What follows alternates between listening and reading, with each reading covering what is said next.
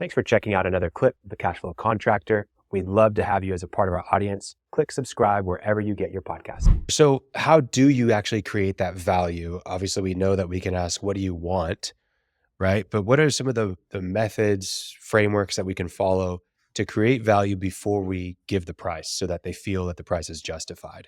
Well, I think that first off, I think every construction professional, we're so tied into the technical part of the job.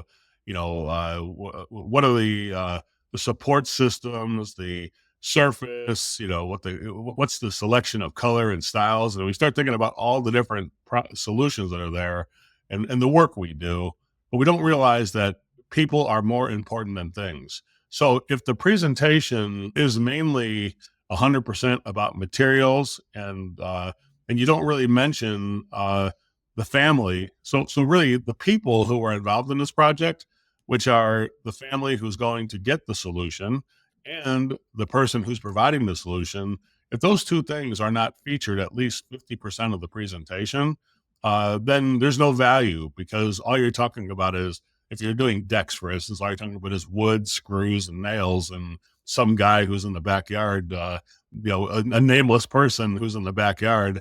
So if you're saying, yeah, our guys will come in and do this, you're not introducing your team to the consumer, right? And then, by the way, your team should know the consumer too. Like, this is Mary, this is John. They own the home, and now they're doing this deck because their daughter Amy has a graduation coming up. And so I want to make sure that we give you the right kind of solution. So when you guys have that graduation party, and no matter what trade it is, whether it's decking or windows or doors or garage doors or heating, air conditioning, whatever it is, the idea is, how these materials, how is my solution going to take what's relevant in the life of people to help them imagine, like, Christmas, right? You would say, I want to make sure your mom is safe when she goes out to the backyard during this holiday. That's why I did this tread a certain way, so she would have a grab bar in the bathroom, or she would have the surface, a roughed up surface, or surface that would get more a grip on her feet so she doesn't slip in the wet weather or stuff like that. So, security lighting, so that your son comes home from school and he's going to be safe. It's a safe place for him when he comes home from school tonight. When he comes home late from wrestling practice, I did the extra security lighting for him. So you have solutions like security lighting, but you got to mention the person who is going to benefit from it and the family. So if you're giving a solution, a technical solution for somebody, you have to also communicate knowing the people in the family enough that you can tell people how your son Ben will be safe in this home, because we are doing a fire suppression system too, because he's here by himself and we want to make sure he's protected.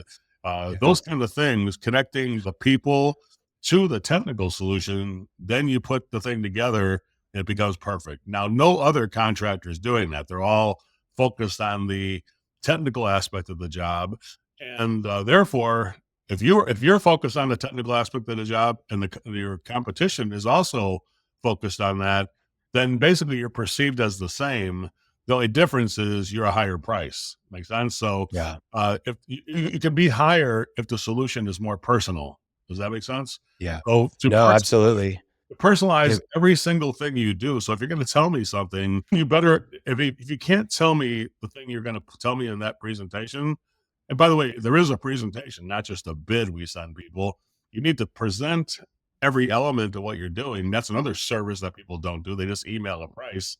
That's another mistake, because you're not able to explain how that railing is going to help your mother when she's going down the stairs to the backyard or whatever. Or she's going to that new lighting, that LED lighting that we're putting into the kitchen is going to help prevent any injuries when your daughter is cooking on Thanksgiving or whatever. So you follow me on that? So absolutely. So things it makes it be benefiting people. That's it.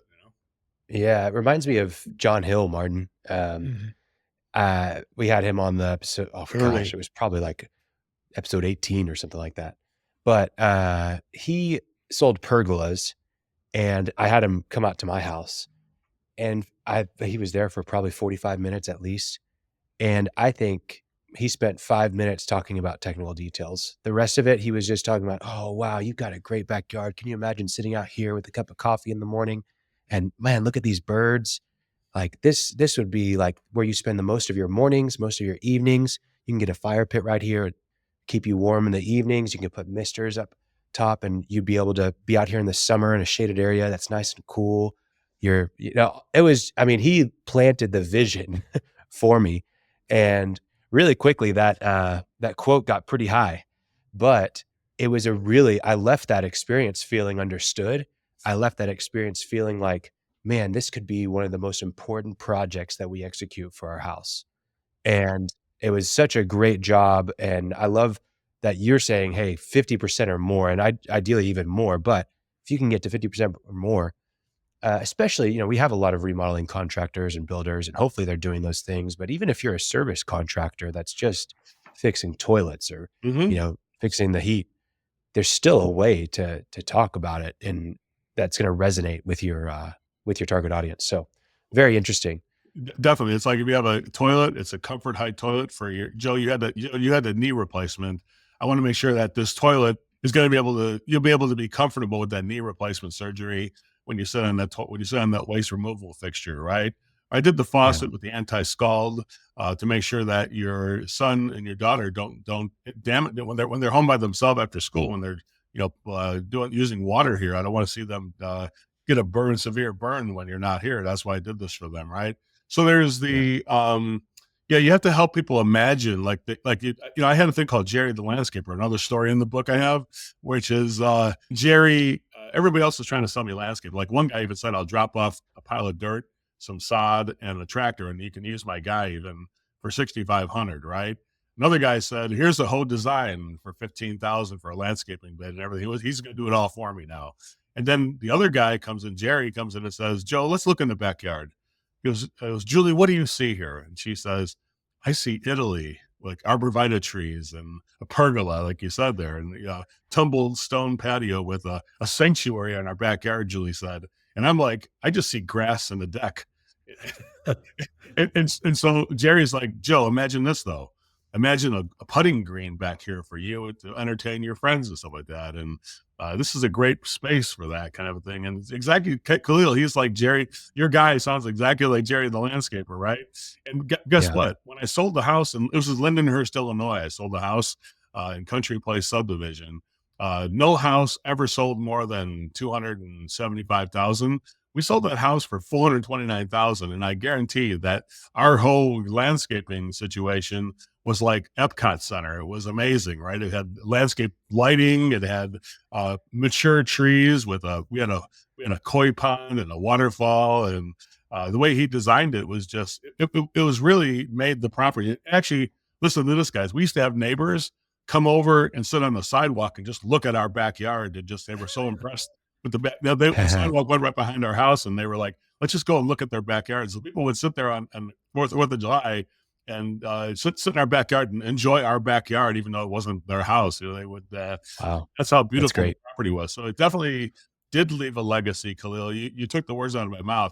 When you do something right, guys, when you do a remodeling project, it's going to be the biggest impact that this house is ever going to have, and the biggest impact on the way that the life that people have when they're living in your situation. So you got to remember, how am I going to create an impact, a lasting impact that's a legacy, and connect the dots between what do we call pure motives, safety and health of the client, the quality of life and the reliability of the solution, the service that we provide to make sure the customer doesn't have to do it. Like we're going to make sure we block off the whole yard, and we're going to let your neighbors know that we have a construction project. That's service that you're doing that go way above and beyond what a normal contractor would do. Does that make sense there? So the idea is you're most likely doing all this stuff, but you're just not telling people about it. That's it, Yeah, I think with a lot of contractors, they think about differentiation through adding in new features and adding in new, services and being different in that respect. But through this conversation, you can differentiate yourself just with how you communicate, and not even with the frequency of communication, but just with, hey, I'm going to listen more. I'm going to talk more about their goals and ambitions, not necessarily our solutions. That's a really big transformation. Thanks for checking out a clip from the Cashflow Contractor. We have full episodes where we go deep on topics that help you grow a construction business that runs without you, so you can have less stress, more time, more money. Now, We've got other videos, other clips, but if you want to check out the full episode for this clip, you can click wherever our editor put it. It might be here, might be there, might be over my face, I don't know. But thank you for checking us out. We'd love to have you as a part of our audience. So subscribe or check out a full episode wherever you get podcasts.